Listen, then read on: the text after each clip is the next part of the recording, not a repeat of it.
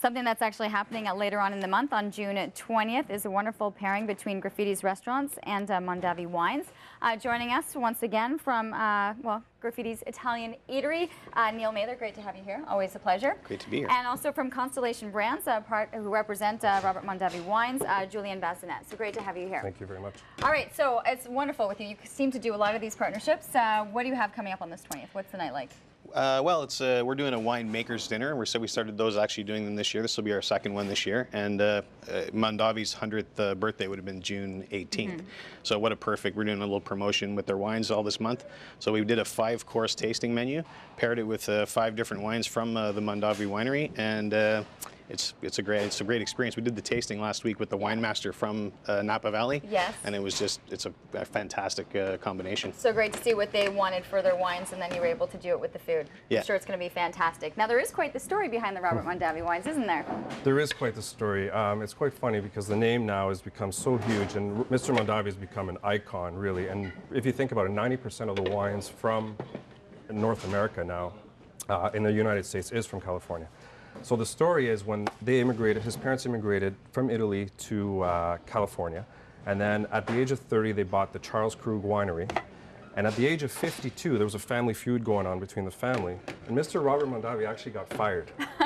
So family business, you gotta love that. Exactly. Right. Now I'm not suggesting anyone should get fired, but if you look at where Mr. Mondavi has become at a later date, I mean, it's who really talks about the Charles Krug winery anymore, and who talks about Robert Mondavi? Absolutely. So he started out in the Central Coast with his with the Napa Valley, I'm sorry, in the North Coast, and then he went and started with the a private selection, and then the Woodbridge. Obviously, he wanted to create a brand that was a little premium but more affordable towards the clientele. And I mean, California wines, I mean, this is one of the ones that helped put it on the map, is that right? 100%. He was the first major winery in the Napa Valley post-Prohibition. It's great information, and I'm sure lots of people will learn about this over the course of the evening. We're going to pair which one are we going to be doing? We're going to be trying the private selection Chardonnay here with the mussels. And as Chef was saying, we had a practice dinner last week, and it was absolutely delicious. The people were floored. I can imagine. All right, so I'm going to try this to pair it with this. What have you done for us? So what we've done is it's a saffron braised mussels. So I actually cooked off the mussels in advance, and then I used that liquid, reduced it down, cooked it in the Chardonnay, which we're going to be pairing with. When you're doing pairings like this, you want to keep the food fairly pure, one kind of like not too many notes in the flavor, so that it matches nicely. And that Chardonnay goes really well with cream and with seafood. Well, it's still kind of early, but okay. No, it's not early for us. This is like lunchtime plus for us right now. So, and then I cook that down with a little bit of red onion and tomato, and there's a little bit of dill in there to accent it, and then we serve it with a crostini.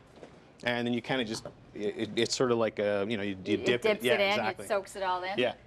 And so this is our second course. We have of the 5. Of the 5. Okay, how can people get in then if they want to be a part of this dinner? You can just go on the website to graffitis.ca, and the full menu is there, and you can make a reservation online, or you can call in as well.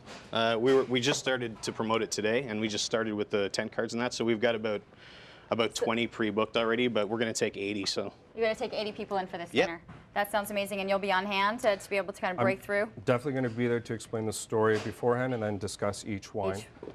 Which is the one we're going to have with the mussels. So we're gonna. I'll taste this. Jeff Hopper can come in because I know he loves the mussels. I love mussels. And I love the. And it's a recent discovery actually that I love mussels. Really? It turned out that I just didn't like poorly done mussels. Yeah. Right? That's what it is. Yeah. So I'll grab. Do you mind if I? Yeah. Just a little. Nice little break for you. I give you the wine, but I'm going to be busy. You can try the wine too. That's so you can. Yeah. Oh, saffron. I will try the wine. Yeah. Oh, those are delicious. So what we do is we come out before each course, we explain what the dish is that we're doing. He'll talk a little bit about the wine, I talk about the food, and then we explore the pairing. So the good thing to do is taste the wine, then try your food, and then taste the wine again, and it sort of changes it. I love when you have the exact wine. I mean, the exact wine. It works really well. It's fantastic. Well, I already know this works, so I haven't even gone there. All right, you can check out their website for more information on getting in on the 20th of June.